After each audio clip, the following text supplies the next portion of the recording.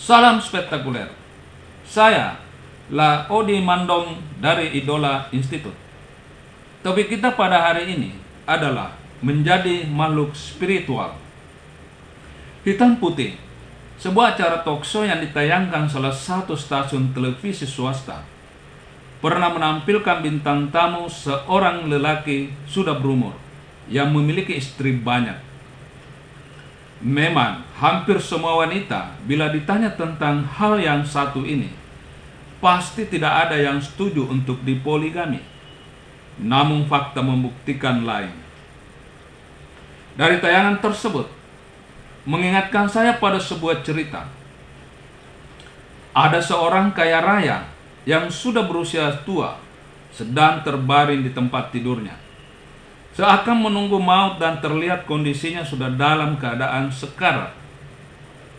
Menjelang ketika detik-detik terakhir menghembuskan nafas, ia masih sempat mengumpulkan keempat orang istrinya. Tujuannya, ia ingin mengajak semua istrinya untuk menemaninya ketika kelak meninggalkan dunia. Satu persatu istrinya dipanggil bersamanya. Pertama, diawali istri keempat yang paling muda dan cantik. Ternyata respon istri keempat mengatakan bahwa, "Mohon dimaafkan saya. Tentu saya sangat bersedih memikirkan kepergianmu.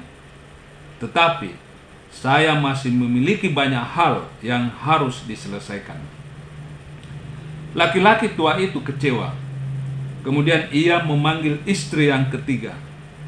Jawaban istrinya adalah, "Saya bisa menemani hanya sampai engkau menghembuskan nafas terakhir." Laki-laki tua itu terpaksa harus mengalami kekecewaan lagi. Lanjut, ia memanggil istri yang kedua. Dan istri keduanya berkata, "Saya akan menemanimu, tetapi sayang, hanya sampai di pemakaman saja." Kelihatannya lelaki itu sudah agak putus asa. Terakhir, ia kemudian memanggil istri pertamanya, istri yang lebih sering disia-siakan. Apa kata istri pertama? Ternyata jawaban inilah yang sangat diharapkan. Ia mengatakan bahwa, "Saya akan menyertaimu kemanapun engkau pergi." Laki-laki tua itu pun menyambut dengan penuh sukacita dan sangat bergembira. Memaknai cerita tersebut dapat memberi ilustrasi bahwa seperti itulah kehidupan manusia. Istri yang keempat, yang paling banyak mendapat perhatian, dapat dianalogikan bahwa itu merupakan harta yang kita peroleh semasa hidup kita. Kemudian, istri ketiga, analoginya adalah fisik atau tubuh kasar kita yang teramat sangat kita perhatikan dan selalu dirawat.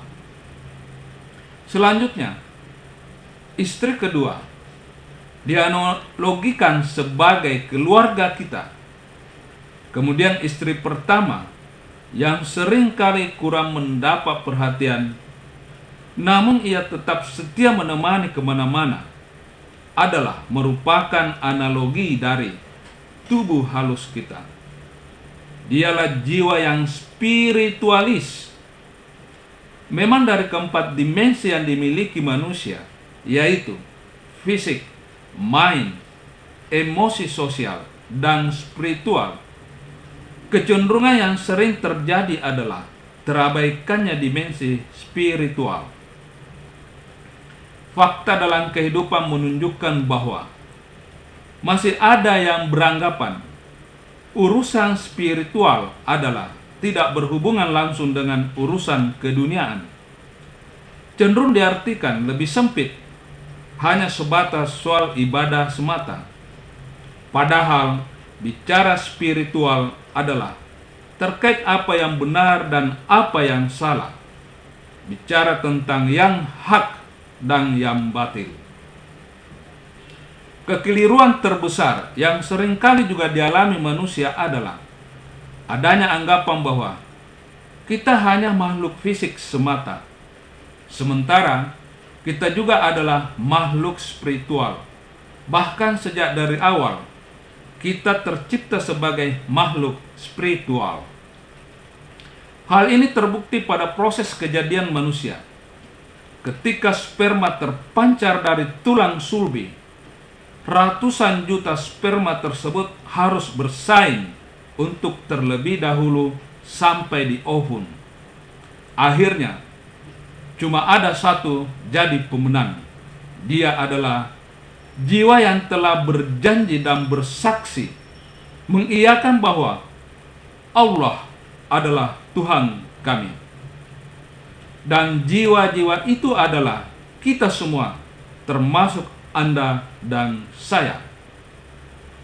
Jadi intinya, dalam kehidupan, disadari atau tidak, kita telah banyak menghabiskan waktu dan tenaga hanya untuk urusan harta, badan, dan keluarga.